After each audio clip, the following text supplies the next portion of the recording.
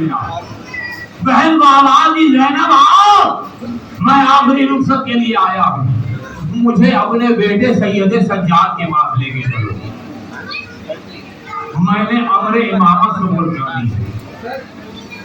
زینب حسین کو لے کر خیمہ سجاد میں آئی, دیکھا سجاد غشی کے عالم میں ہے, بازو سے ہلایا, اے بیٹا اٹھو, تمہارے بابا تم سے ملنے آئے تھے. سید سجاد نے غشی سے آنکھوں کو کھولا, سامنے دیکھا کوئی کھڑا ہے, بابا کو پہچان نہ سکے. کہا بوبی اماں یہ کون ہے؟ ارے زینب کی چیزیں نکل گئی. اے بیٹا اپنے باپ کو نہیں پہچانا؟ بچے سے ہی کہا. ایک دفعہ سید سجاد نے دائیں طرف دیکھا, بائیں طرف دیکھا. کہا بھوبی نے بیٹا کیا دیکھ رہے ہو؟ کہے بھوبی جب بھی بابا آتے تھے مل کے ایک طرح میرا چچا بات ہوتا تھا, ایک طرح میرا بھائی علی اکبر ہوتا تھا. اے بابا میرا چچا کہاں ہے؟ حسین نے کہا ہے بیٹا قد پکڑا عباس مارے گئے. پھر حسین سے پوچھا سید سجاد ہے, اے بابا میرا بھائی علی اکبر کہاں ہے؟ حسین نے کہا بیٹا قد پکڑا علی اکبر, ارے علی اکبر بھی مارے گئے. سجاد کچھ اور پوچھنا چاہتے تھے کہ جلدی سے حسین نے کہا اے بیٹا بس اتنا سمجھ لے, مردوں میں میں رہ گیا ہوں یا تو رہ گیا ہے, میں بھی تجھ سے ملاقات کے لیے آیا ہوں. بتا دارو یہ سنتا تھا کہ سید سجاد نے اپنی بوبی سے کہا اے بوبی اماں میری تلوار دیجیے, میں نے جہاد کے لیے جانا ہے. ایک دفعہ حسین نے کہا بیٹا لیٹا رہے, تیرا جہاد یہ جہاد نہیں ہے, ارے تیرا جہاد یہاں کے اکبر ہے. تمہیں ماں بہنوں اور پھوپھیوں کو لے کر یہاں کے بازاروں میں ننگے سر لے کر جانا ہے. اجرکم اللہ, خدا کو کوئی غم نہ دے سوائے غم حسین کے. بس ادا کرو. ایک دفعہ جنا اس قافلے کو اسیر کرنے کے لیے شمرانے والا, اس نے لا کر ہتھکڑیاں دی. سید سجاد نے اپنے ہاتھوں کو آگے کیا, شمر نے ہتھکڑیاں پہنائی, بیڑیاں لے کر آگے آیا. سید سجاد نے پاؤں آگے کیا, بیڑیاں پہن لی گئی کہ اتنے میں ایک مدنی خاندان کا بلایا. سید سجاد نے وہ تاج گلے میں پہنا. ارے 25 سال کا جوان جب تاج بڑی تو کمر بدن سے جھک گئی. اور ظلم کی انتہا کہ اسیر کر کے کوفہ لے کر جانا تھا, لیکن مقصد سے گزارا. لیکن ازادارو جب سید سجاد کی نظر اپنے باپ کے بے گورو کمر لاشے کو تپتی ہوئی زمین کربلا پہ دیکھا تو رنگ سفید ہو گیا. لگتا تھا روح جسم سے پرواز کر جائے گی. زینب کی نظر پڑی, اے بیٹا اپنے کو سنبھالو, ابھی بہت وقت پڑا ہوا ہے. ازادارو ایک دفعہ روتا ہوا سجاد کہتا ہے اے بھوبی اماں, ارے جن کا جوان بیٹا ہو اس کے باپ کی لاش زمین کربلا پہ بے گورو کمر پڑی ہے. سجاد قید ہو کر دوسرے بھی گیا, شام بھی گیا, اور اس کے بعد جب 1 سال قید کے بعد رہائی ہوئی ہے تو سجاد یہ لٹا ہوا قافلہ لے کر مدینے پہنچا. تو مدینے کے دروازے پہ ارے قافلے کو روک دو, اگر ہم ایسے چلے گئے تو بنی ہاشم پر جائیں گے. بشیر کو بلایا, جاؤ جا کر اعلان کرو کہ وہ قافلہ جو حسین لے کر گئے تھے وہ لٹ کر واپس آ گیا ہے. بشیر قبر رسول پر آیا اور آ کر آواز دی اے مدینے والوں, اب مدینہ رہنے کے قابل نہیں ہے. ارے محمد کا نوازا حسین جو قافلہ لے کر مدینے سے گیا تھا وہ قافلہ لٹ کر آ گیا. یہ آواز محمد حنفیہ کے کانوں میں گئی. بیمار تھے, ہاتھوں میں راشا تھا, چل نہیں سکتے تھے. 2 غلاموں کے قبضوں کا سہارا لیا, آہستہ آہستہ چلتے ہوئے مدینے کے دروازے پر آئے. کیا دیکھتے ہیں کہ صرف 3 محملے ہیں. ارے محمد حنفیہ رو پڑے, ارے جب میرا بھائی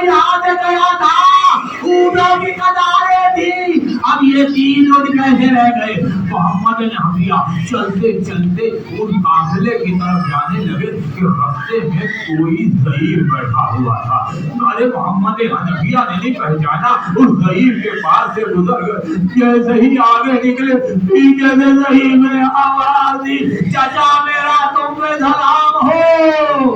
मोहम्मद हनफिया तरफ कर बोले, ए भाई तू कौन है? तेरी आवाज मेरे सैयद सज्जाद से मिलती है। सैयद सज्जाद ने रोकर कहा, ए चाचा क्या तूने भी मुझे नहीं पहचाना? अरे जब पता चला मोहम्मद हनफिया को कि ये मेरा भतीजा सज्जाद है, मोहम्मद से गले लगाने के लिए हमने हाथ को बढ़ाया। सैयद सज्जाद ने हाथों को रोक दिया।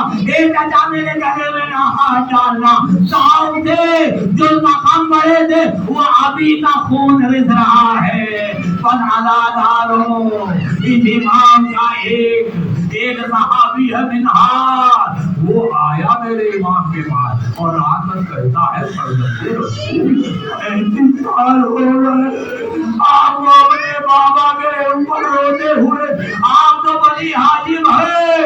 ए मौला ये तो बनी हाजिम का खासा है कि वो शहादत की मौत मरे, लेकिन जैसे ही ये कहा इमाम ने कहा, ए मिनाहिद तूने इंसाफ नहीं किया, मुझे बता याकूब का एक बेटा था यूसुफ, इल्म इमामत से जानते थे कि जिंदा है, लेकिन इतना रोए आंखों की रोशनी चली गई। मेरे तो करबला में एक दिन में 72 यूसुफ मारे गए। कहता है मौला लेकिन वह तो शहादत आपकी विरासत है। कहा मिनाहिद तूने जो है इंसाफ नहीं किया, बेशक शहादत हमारा विरसा है, लेकिन ये बता दे माँ बहनों अबूबियों को नंगे लड़ने का बाजारों और दरबारों में ले जाना, क्या ये भी हमारी विरासत है? ये इमाम अपने बाप को इतना रोता रहा। आज इसी इमाम की शहादत की रात है। अरे जितना रोना हो रो लो, अरे पता नहीं अगले साल हम में से कौन नहीं होगा। जो पिछले साल थे उनमें बहुत से अब दरमियान में हमारे नहीं है। और जब किसी इमाम की मुसीबतों पे आवाजें बुलंद होती है तो अल्लाह मरीजों से अपनी रहमतें नाज़िल कराता है। बस अदादारो जब ये इमाम घर से बाहर निकलता था तो कसाब बकरों के सिरों पर पर्दे डाल देते थे, कपड़ा डाल देते थे कि कहीं नजर पड़ गई तो सज्जाद का रोना कौन खत्म कराएगा। एक दफा सज्जाद निकले, कसाब को इल्म नहीं था, वो एक बकरे को ज़िबा कर रहा था। इमाम जल्दी से उसके करीब आए, कंधे में हाथ रखा, कहा भाई इतना बता दे क्या इनको ज़िबा करने से पहले अरे उसने पानी मिलाया था? उसने जो इमाम को देखा आजा को जोड़ कर कहता है, मौला आपके दादा की शरीयत में हो, मैं जानता हूँ कि ज़िबा करने से पहले जानवरों को पानी पिलाया जाता है। तो ये सुनना था तो ये जाकर करबला की तरफ हो गया। ए बाबा यहाँ जानवरों को ज़िबा करने से पहले पानी पिलाया जाता है, लेकिन जालिम मुसलमानों ने आपको 3 दिन का प्यासा शहीद कर दिया गया। बतादारो इस इमाम को वलीद बिन अब्दुल मालिक ने जहर दे दिया। इमाम जहर के असर से तड़प रहे, कभी दाएं करवट लेते, कभी बाएं करवट लेते, कभी उठकर बैठ जाते। इसी तड़पते की हालत में एक दफा आवाज दी, ए मोहम्मद भाकर इधर आओ। आए जी बाबा, कहा मुझे बिस्तर से उठाकर जमीन पर ले जा दो। कहा बाबा जो ताली आने लगे थे उनसे अभी भी खून जारी है, मैं आपको जमीन में कैसे लेगा? कहा बाबा तुझे याद नहीं है कि करबला में मेरा बाबा 3 दिन जमीन करबला में पड़ा रहा, कोई नमज करने वाला न था। उसके बाद मेरा ईमान कहता है ए बाकर जल्दी से शाम चला जाओ। कहा बाबा इस हालत में आपको छोड़ कर जाओ? अरे मेरी दादी फिजा शाम में बिस्तरे भर पड़ी है, मुझे आवाजें दे रही है, मैंने वादा किया था, हे दादी जब मेरा आखिरी वक्त होगा तो मैं तेरे गुस्ल कफन का इंतजाम करूंगा, तेरा जनाजा मैं पढ़ाऊंगा। लेकिन अरे मुझे जहर मिल गया है, मैं कुछ देर का मेहमान हूँ, मैं कैसे जाऊँ? जल्दी जाओ।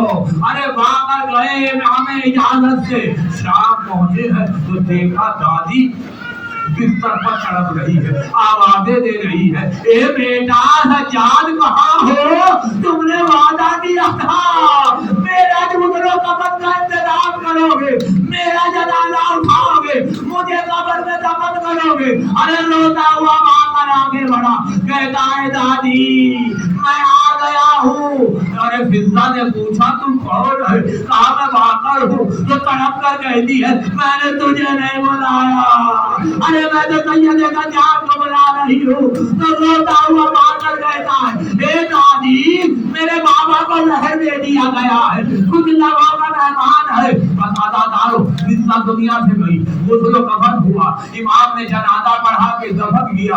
अब जो मेरा मौला महमूद आया है तो सैयद सज्जाद दुनिया में ना थे। अरे दुनिया के जा चुके थे। बाकर ने चीखें मारी, हे बाबा, अरे बाकर का इंतजार भी ना किया, आप चले गए। और फिर जना गुस्ल कफन दिया, गुस्ल देते हुए एक दफा मोहम्मद बाकर चीखे मार कर रोने लगे। बाद में लोगों ने पूछा मौला क्यों रोए?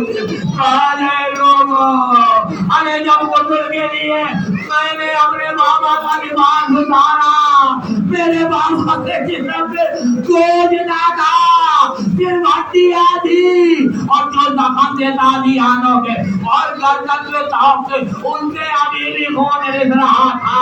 मैं और उसके बाद इमाम को गुस्ल कफन हुआ, जनाजा उठा और जन्नतुल बकी में दफन कर दिया। मैं हाथों को जोड़ कर कहूंगा हे मौला, बेशक आप बहुत बड़े साबिर है, आपने बहुत जुल्म हुआ, लेकिन मौला आपका जनाजा हुआ, गुस्ल कफन हुआ, बकी में दफन किया, जरा करबला में आई है आपके बाबा हुसैन का लाशा जमीन करबला में बना है, कोई नहीं जो हुसैन को दफन करे। मातम सज्जाद